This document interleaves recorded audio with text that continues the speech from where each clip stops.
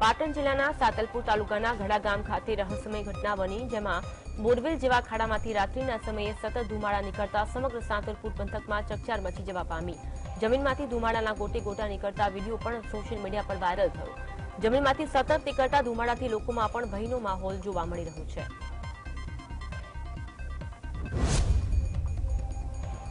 રાજકોટના કાલાવા રોડ પરથી જોખમી સ્ટન્ટ કરતો વિડીયો વાયરલ થયો, જેમાં એક સ્કૂટર પર એક સાથે 6 જેટલા લોકો જોખમી સવારી કરતા નજરે પડ્યા। એટલું નહીં, વિડીયોમાં જોઈ શકાય છે કે સ્કૂટર ઝડપે ચાલી રહ્યું છે, તેમ છતાં તેની ઉપર 2 વ્યક્તિઓ ઊભા સ્ટન્ટ કરે છે।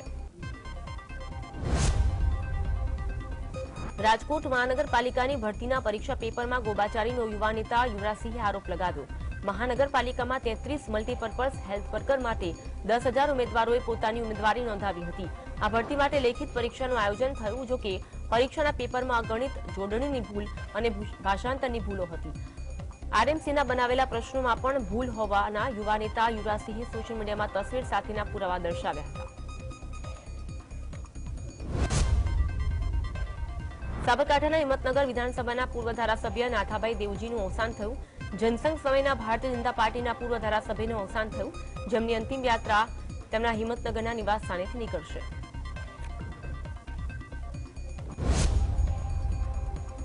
વર્ષ 1980માં થયેલા બોગસ માર્કશીટ મામલે અમદાવાદ મેટ્રો કોર્ટે ચુકાદો સંભળાવ્યો, જ્યાં અમદાવાદ શહેરના પાલડી વિસ્તારમાં રહેતા અને સીએન વિદ્યાલયમાં અભ્યાસ કરતા ઉત્પલ પટેલે વર્ષ 1980માં ધોરણ 12 વિજ્ઞાન પ્રવાહમાં 800માંથી 398 માર્ક્સ મેળવેલા, તેનાથી એમબીબીએસમાં પ્રવેશ મેળવવાનું સપનું અધૂરું રહી ગયું હતું, પરંતુ ઉત્પલને એમબીબીએસમાં એડમિશન લેવું હતું, જેથી તેણે 800માંથી 547 માર્ક્સ આવ્યાની બોગસ માર્કશીટ સહિતના દસ્તાવેજ બનાવડાવ્યા હતા।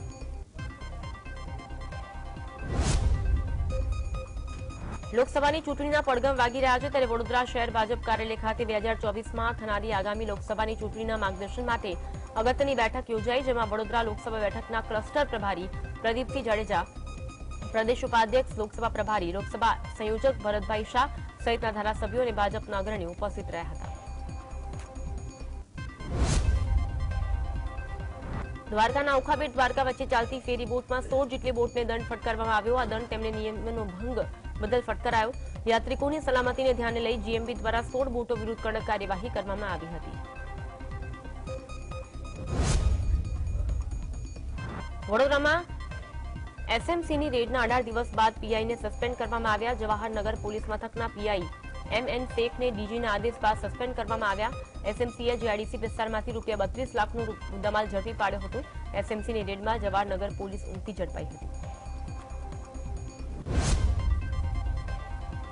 કચ્છના નાના રણમાં સૌરાષ્ટ્ર તરફથી આવતા નર્મદાના પાણી ભરાઈ જતા જનજીવન પ્રભાવિત થયું। કચ્છના નાના રણ વિસ્તારમાં નર્મદા કેનાલનું પાણી ઘૂસી જતા જળબંબાકારની સ્થિતિ સર્જાઈ। ખારીપાટ જમીનમાં વિપુલ પ્રમાણમાં ફેલાઈ ગયેલા મીઠા પાણીથી ગુડખર અભયારણ્ય વિસ્તારમાં વિચરતા પશુઓ તેમજ દેવસ્થાને જતા યાત્રિકોને હાલાકી પડી હતી। રાજકોટના નામાંકિત હોસ્પિટલ વોકહાટ ફરી વિવાદમાં આવી। દર્દીના પરિવારજનોએ આક્ષેપ કર્યો કે હોસ્પિટલ દ્વારા ઓપરેશન કર્યા વગર પૈસા પડાવી લીધા। દર્દીના ગાદીના ઓપરેશન બાદ રિપોર્ટ કરાવ્યા ત્યારે ખબર પડી કે ઓપરેશન થયું જ નથી। દર્દીના પરિવારજનોએ હોસ્પિટલને રજૂઆત કરતા હોસ્પિટલ સંચાલકોએ પૈસા પાછા આપવાની વાત કરી, જોકે ઓપરેશન બાદ દર્દીને ચાલવાની અને બેસવાની તકલીફ પડી રહી છે। પરિવારજનોનો આક્ષેપ છે કે તબીબની ભૂલના કારણે તેની દીકરીની જિંદગીમાં તકલીફ વધી ગઈ છે।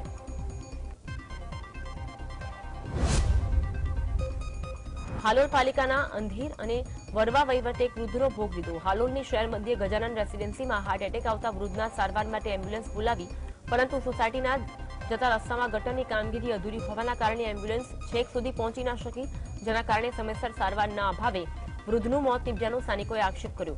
એમ્બ્યુલન્સ છેક સુધી ન પહોંચતા લોકો વૃદ્ધને ઉંચકીને લઈ ગયા હતા।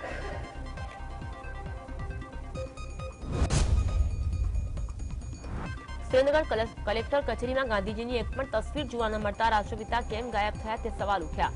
જિલ્લા કલેક્ટર કચેરી બહાર ધરતી બચાવો અભિયાન હેઠળ ધરણા કરી રહેલા ઉપવાસીઓ ગાંધીજીની તસવીરને સૂતરની આંટી ચડાવી શ્રદ્ધાંજલિ આપવા પહોંચ્યા હતા, જોકે કચેરીમાં ગાંધીજીની છબી ન હોવાથી ખિન્ન થયેલા ઉપવાસીઓ અંતે કલેક્ટરને સૂતરની આંટીઓ અર્પણ કરી રોષ વ્યક્ત કર્યો હતો।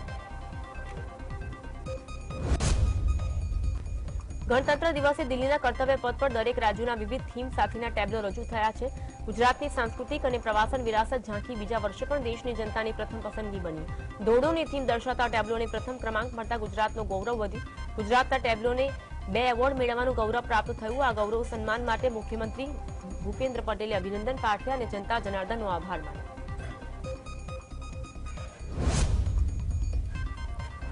લોકસભાની ચૂંટણી પહેલા ભાજપનું કોંગ્રેસ મુક્ત ગુજરાત અભિયાન શરૂ થઈ ગયું છે। ભાજપે વિપક્ષના નેતાઓને પાર્ટીમાં લાવવાનો તકતો ગોઠવ્યો છે। કોંગ્રેસના અનેક નેતાઓ ધારાસભ્યોને ભાજપમાં સામેલ કરી કેસરીઓ કરાવવામાં આવી રહ્યું છે।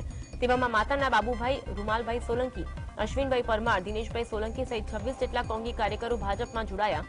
મહત્વનું છે કે થોડા દિવસ અગાઉ જ મૌદા કોંગ્રેસના મહુવાના પૂર્વ ધારાસભ્ય ભાજપમાં વિધિવત રીતે જોડાયા હતા। આવનારી રાજ્યસભાની ચૂંટણીમાં 70 જેટલા ધારાસભ્ય પ્રથમ વખત મતદાન કરવાના છે। ત્યારે બજેટ સત્ર શરૂઆત પૂર્વે 31 જાન્યુઆરીના ગાંધીનગર કમલમ ખાતે ભાજપના ધારાસભ્ય દળની બેઠક યોજાશે। આ બેઠકમાં તમામ એમએલએને હાજર રહેવા માટે સૂચના આપવામાં આવી, જેમાં તેઓને ગૃહની કામગીરી અને બજેટ સત્ર મુદ્દે તેમજ આવનાર રાજ્યસભાની ચૂંટણી અંગે માહિતગાર કરવામાં આવશે। રાજ્ય સહિત દેશભરમાં લવ જેહાદના કિસ્સા અટકવા માટે વિશ્વ ઉમિયાધામ સંસ્થા દ્વારા અનોખી પહેલ શરૂ કરવામાં આવી। કેરળની લવ જેહાદની પીડિત જે યુવતીના જીવનની સત્ય ઘટનાઓ પર ફિલ્મ બની રહી છે તેવી 5 મહિલાઓની ઉપસ્થિતિમાં વિશ્વ ઉમિયાધામ ખાતે કેવીસી ઉમિયા કોલેજ દ્વારા જાગૃતિ શિબિરનું આયોજન કરવામાં આવ્યું। આ શિબિરમાં વિવિધ સમાજની 2000થી વધુ યુવતીઓને પીડિત મહિલાઓ પોતાની આપવીતી વર્ણવવાની સાથે લવ જેહાદ જેવી ઘટનાનો ભોગ બનતા અટકાવવા માર્ગદર્શન અપાયું હતું। અમદાવાદ કોર્પોરેશનના વોર્ડ ઇન્સ્પેક્ટર સુનિલ રાણાને સસ્પેન્ડ કરી દેવાયા। સુનિલ રાણા સામે અપ્રમાણસર મિલકતનો ઈસીબીએ ગુનો નોંધ્યા બાદ વિપક્ષે પણ હવે શાસક પક્ષ ભાજપ સામે મોરચો માંડ્યો। વિપક્ષના કોર્પોરેટરોએ બેનરો સાથે ભ્રષ્ટાચારી અધિકારી સામે નારેબાજી કરી। એએમસી ભ્રષ્ટાચારનો અડ્ડો બની ગયાના બેનરો સાથે કોંગી કોર્પોરેટરોએ સૂત્રોચ્ચાર કરી કમિશનરને આવેદનપત્ર આપ્યું હતું। જૂનાગઢ પોલીસના તોડકાંડમાં એક પછી એક ખુલાસા થઈ રહ્યા છે। ગુજરાત એટીએસે ભોગ બનનાર કાર્તિક ભંડારીનું નિવેદન લીધા બાદ એએસઆઈ દીપક જાનીની અટકાયત કરી। દીપક જાનીની પૂછપરછ બાદ વધુ કેટલાક લોકો પર સકંજો કસાય તેવી શક્યતા। અગાઉ ભોગ બનનાર કાર્તિક ભંડારીએ પોલીસે પૈસાની માંગણી કરી હોવાની વાત સ્વીકારી હતી। એટીએસે કાર્તિક ભંડારીના અનફ્રીઝ બેંક એકાઉન્ટની બેંક પાસે માહિતી માંગી છે। વિજાપુર પંથકના 3 ખેડૂતોના વળતરની ચૂકવણી ન કરાઈ। ધોરાજી ડેમની સાઇટ કચેરીની 4 ઓફિસોને સીલ મરાયું। વિજાપુર કોર્ટના જજના હુકમ બાદ સરકારી કચેરી સીલ કરવાની કાર્યવાહી કરાઈ। મહત્વનું છે કે બાકી વળતરના 14 લાખ નહીં ચૂકવાતા અરજદાર ખેડૂતોએ કોર્ટના દ્વાર ખટખટાવ્યા, જેમાં કોર્ટ ઓફિસ સીલ કરવાનો આદેશ કર્યો। મહત્વનું છે કે ધરોઈ ડેમ સાઇટની અગાઉ 2 ઓફિસો પણ સીલ કરાઈ છે।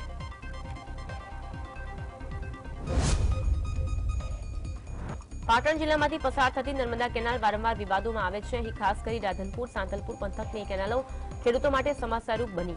ઉનાળામાં પાણી છોડવામાં આવતું નથી તો બીજી તરફ શિયાળામાં નર્મદાના અધિકારીઓની ભ્રષ્ટ કોન્ટ્રાક્ટરોની મિલીભગતને લઈ ક્યાંક કેનાલો ઓવરફ્લો થાય તો ક્યાંક કેનાલો તૂટી જાય છે। કચ્છ બ્રાન્ચ કેનાલમાં ભંગાણ થતા લાખો લીટર પાણીનો વેડફાટ થતા ખેડૂતો ખેતરમાં પાણી ફરી વળતા જીરુના પાકને વ્યાપક નુકસાન થયું છે। ડીસામાં કોલ્ડ સ્ટોરેજના સંચાલકોએ ભાડું વધારતા ખેડૂતોમાં રોષ ફેલાયો। આ મામલે ખેડૂતોએ ભાડું પરત ખેંચવા ધારાસભ્ય પરમીરભાઈ વાણીને અપીલ કરી। તેમજ આવનાર દિવસોમાં ભાડું પરત ખેંચવામાં નહીં આવે તો આંદોલન કરવાની પણ ચીમકી ઉચ્ચારી હતી।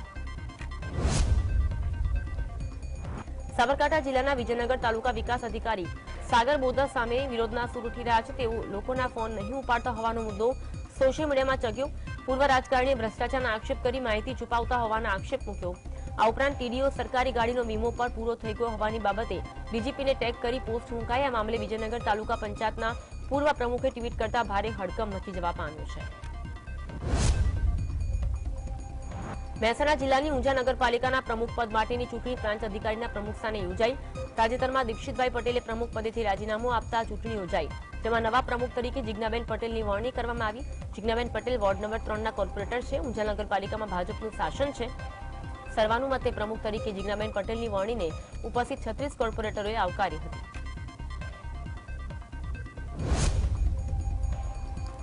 ડીસામાં 2016માં વડાપ્રધાનની સભા પૂર્વે આમ આદમી પાર્ટીના આગેવાનોની અટકાયતના મામલે ડીસાની additional judicial magistrate first class કોર્ટે હુકમ કર્યો, જેમાં પીઆઈ જેએમ સિંઘુ સામે સીઆરપીસીની કલમ 323, 294 ખ અન્વયે સમન્સ ઇસ્યુ કરવાનો હુકમ કરવામાં આવ્યો।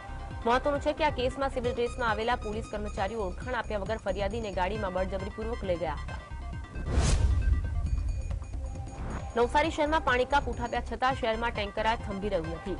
શહેરમાં 90 દિવસ બાદ પાણી કાપ ઉચકાયો હોવા છતાં પણ અનેક વિસ્તારોમાં પાણીની સમસ્યા યથાવત છે। શહેરના પશ્ચિમ વિસ્તારમાં આવેલા ગણેશનગરમાં છેલ્લા 10 દિવસથી પાણીની સમસ્યા છે। સ્થાનિકોના જણાવ્યા પ્રમાણે ઓછા ફૂટથી પાણી આવતું હતું, પરંતુ હવે તો પાણી બંધ થતા સ્થાનિકો ત્રાહીમાં પોકાર્યું। સુરેન્દ્રનગરના લીંબડી ભીમના સોસાયટીમાં માતા પુત્રની હત્યા કરી હોવાનું તપાસમાં સામે આવ્યું, જેમાં સોનલબેન અને તેમના 11 વર્ષીય પુત્રની હત્યા ખુદ તેમના પતિ ચિરાગે કરી હોવાનું તપાસમાં સામે આવ્યું. મળતી માહિતી અનુસાર ચિરાગને બંને ગમતા ન હોવાથી છેલ્લા ઘણા સમયથી ઘરમાં કંકાસ ચાલતો હતો. કેશોદના આંબાવાડી વિસ્તારમાં જીઆરડીના જવાન પર હુમલાની ઘટના બની, જેમાં ફરજ પરના જીઆરડી જવાને શંકાના આધારે પૂછપરછ કરતા ફરવા નીકળેલા યુવક યુવતીએ જવાન પર હુમલો કર્યો. આ સમગ્ર ઘટના સીસીટીવીમાં કેદ થઈ હતી. બનાસકાંઠા જિલ્લામાં બહુ ચર્ચાસ્પદ બનેલા રાનીડીટા એપના એક સાયબર માફિયાની ધરપકડ પાટણ પોલીસે કરી. આરોપીએ ચાઇનીઝ એપથી 70.80 કરોડની છેતરપિંડી આચરી હતી.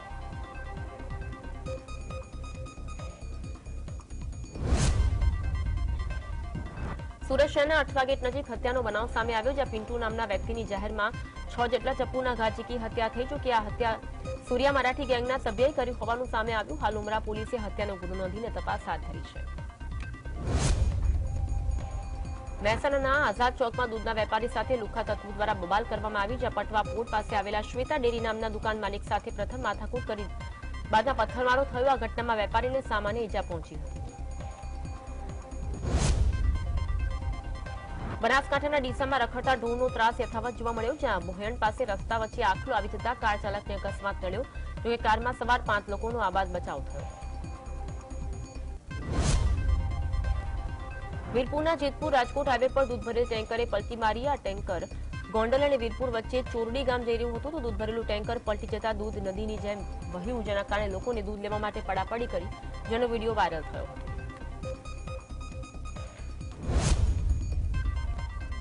રાજકોટના પેલેસ રોડ પર નવી બાંધકામ સાઇટ ઉપર લિફ્ટ તૂટી જતા શ્રમિક ઇજાગ્રસ્ત થયું. ઇજાગ્રસ્ત શ્રમિકને સારવાર માટે હોસ્પિટલ ખસેડાયો. સેફટીના સાધનો વિના કન્સ્ટ્રક્શન કામ ચાલતું હોવાનો આરોપ છે. લિફ્ટ અંદર બેસીને શ્રમિક રેતી કાઢતો હતો, તે દરમિયાન લિફ્ટ તૂટી હતી. અમદાવાદના એક પોલીસ કર્મચારીએ કેક સાથે પિસ્તોલ મૂકેલો વિડીયો વાયરલ થયો. પોલીસ કર્મચારીએ કેક, પિસ્તોલ અને મોબાઈલ સાથે વિડીયો બનાવ્યો. વાયરલ વિડીયોમાં પોલીસ કર્મચારી લાલજી દેસાઈ હોવાનું સામે આવ્યું. પોલીસ કર્મચારીએ ફોટા સાથેની રીલ બનાવી વિડીયો વાયરલ કર્યો.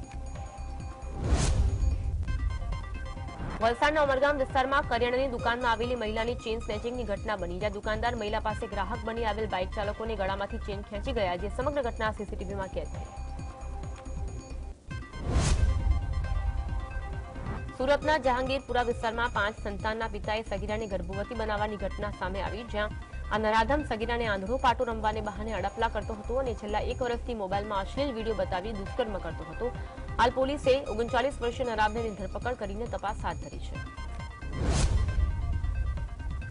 સુરતના ઊંડ વિસ્તારમાં ગેસ સિલિન્ડર બ્લાસ્ટની ઘટનામાં 2 વર્ષના માસૂમ બાળક સહિત 3 લોકો ગંભીર રીતે દાઝી ગયા, જે બાદ તેમને સારવાર અર્થે સુરત નવી સિવિલ હોસ્પિટલ ખાતે ખસેડાયા, જ્યાં બાળકની હાલત ગંભીર હોવાનું જાણવા મળ્યું.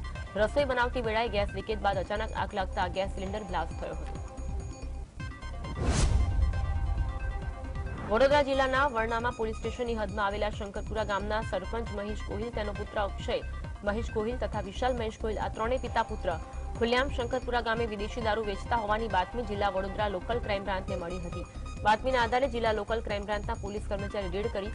રેડ દરમિયાન શંકરપુરા ગામના સરપંચ મહેશ ગોહિલ સત્તાના નશામાં હતા. પોતે ગામના સરપંચનો રોફ જમાવી ગ્રામ્ય લોકલ ક્રાઇમ બ્રાન્ચના પોલીસ અધિકારી ઉપર જીવલેણ હુમલો કર્યો હતો.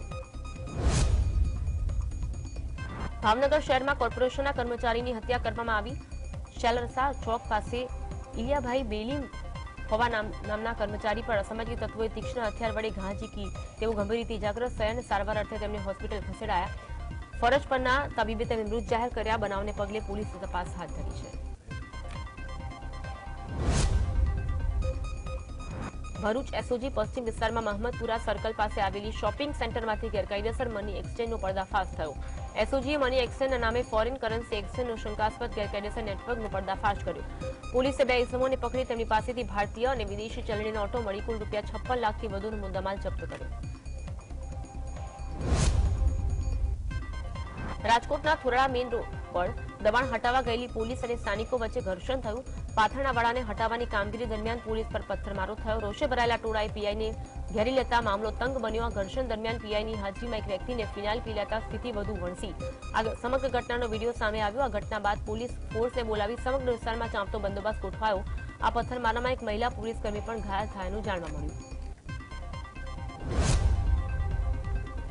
સુરેન્દ્રનગર જિલ્લાના ચોટીલામાં મહિલા અગમ્ય કારણોસર આત્મહત્યા કરી થાન રોડ પર રહેતી સોનલબેન પરમાર નામની 30 વર્ષીય મહિલાએ પંખાના હુક સાથે દુપટ્ટો બાંધી પોતાની જીવાદોરી ટૂંકાવી. ચોટીલા પોલીસે સોનલબેનના મૃતદેહને પીએમ માટે હોસ્પિટલ મોકલી આગળની કાર્યવાહી હાથ ધરી.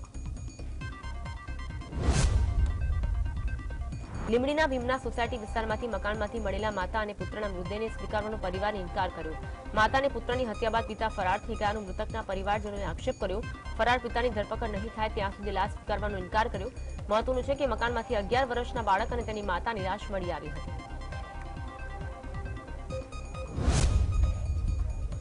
વલસાડમાં આવેલા પારડી તાલુકાના ગોઈમા ગામે સસરાની દીકરીને મળીને જમાઈની હત્યા કરી છે. તેમણે આત્મહત્યામાં ખપાવવાનો પ્રયાસ કર્યો. હત્યા બાદ સસરાની દીકરાએ જમાઈને આત્મહત્યા કરી હોવાનું કહી પહેલા હોસ્પિટલ લઈ ગયા અને બાદમાં પોલીસ સ્ટેશનમાં ફરિયાદ નોંધાવી. જોકે બાદમાં પોસ્ટમોર્ટમ રિપોર્ટમાં હત્યા થઈ હોવાનું સામે આવતાની સાથે સસરા અને દીકરાની પોલ ખુલ્લી પડી ગઈ.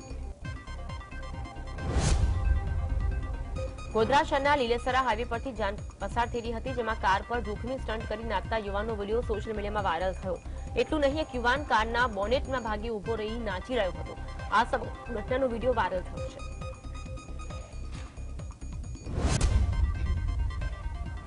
જામનગરમાં વહેલી સવારે ધુમ્મસવાળું વાતાવરણ જોવા મળ્યું તેમજ ઝાકળના કારણે રસ્તા પર વિઝિબિલિટી ડાઉન થઈ, જેના કારણે વાહન ચાલકો પરેશાન થયા.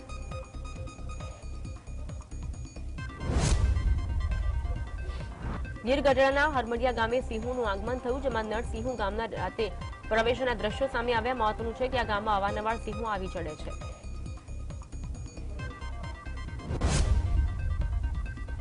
ગોંડલ તાલુકાના જામવાડી ગામ પાસે રહેણાંક વિસ્તારમાં દીપડો ત્રાટક્યો, જ્યાં દીપડાએ ગોંડલના જામવાડીના ખાડિયા વિસ્તારમાં વંડામાં બાંધેલા 2 બકરાનું મારણ કર્યું. જે બાદ ગોંડલ ફોરેસ્ટ વિભાગના અધિકારી કર્મચારીઓ ઘટના સ્થળે આવી પહોંચ્યા.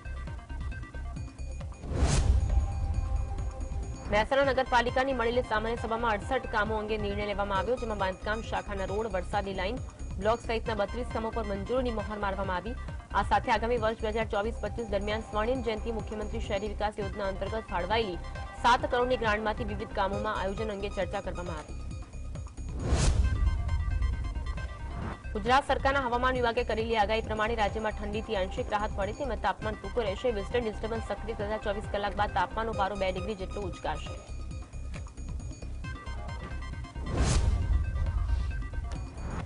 વડોદરા જિલ્લાના પાદરા વડતાલ તાબાના સ્વામિનારાયણ મંદિરમાં દિવ્ય શાકોત્સવ અને સત્સંગ પૂર્વે વિવાદ સર્જાયો. આચાર્ય રાકેશ પ્રસાદજી સહિતના સંતોની ઉપસ્થિતિમાં યોજાનાર સત્સંગ પૂર્વે શોભાયાત્રા બાદ નવાપુરા સ્થિત મંદિરમાં આરતી કરવાની હતી, જેમાં જૂના પંથના બહેનોએ સ્વામિનારાયણ મંદિરની આરતી ઉતારવા બાબતે વિવાદ થયો હતો. આજથી શરૂ થયેલા સંસદના બજેટ સત્ર પહેલા પીએમ મોદીએ મીડિયા સાથે વાતચીતમાં આગામી પૂર્ણ બજેટ પણ પોતાની સરકાર જ લાવશે તેવો વિશ્વાસ વ્યક્ત કર્યો. વડાપ્રધાને કહ્યું, રાષ્ટ્રપતિ દ્રૌપદી મુર્મુનું માર્ગદર્શન તથા આવતીકાલે નિર્મલા સીતારમણ દ્વારા વચગાળાનું બજેટ એક રીતે નારી શક્તિના સાક્ષાત્કારનું પર્વ છે. પીએમ મોદીએ કહ્યું, ચૂંટણીનો સમય નજીક છે ત્યારે સંપૂર્ણ બજેટ રજૂ કરાતું નથી. આ વખતે અમે પણ નવી સરકાર બન્યા પછી સંપૂર્ણ બજેટ લાવીશું. આ વખતે માર્ગદર્શન લેતા નાણામંત્રી આવતીકાલે દેશનું બજેટ આપણા બધાની સામે રજૂ કરશે. કેન્દ્ર સરકારના બીજા સત્રના અંતિમ બજેટ સત્ર પહેલા પીએમ મોદીએ નામ લીધા વિના વિપક્ષ પર પ્રહાર કર્યા સાથે ગૃહમાં હંગામો કરનારા સાંસદોને આત્મનિરીક્ષણ અને પશ્ચાતાપ કરવાની સલાહ આપી. પીએમ મોદીએ કહ્યું, જેને જે રસ્તો દેખાયો તે રીતે સંસદમાં બધાએ પોતપોતાની રીતે કામ કર્યું. એટલું હું જરૂર કહીશ કે અમુક લોકોનો સ્વભાવ હોબાળો કરવાનો થઈ ગયો છે, જે લોકશાહી મૂલ્યોના ચીરહરણ સમાન છે.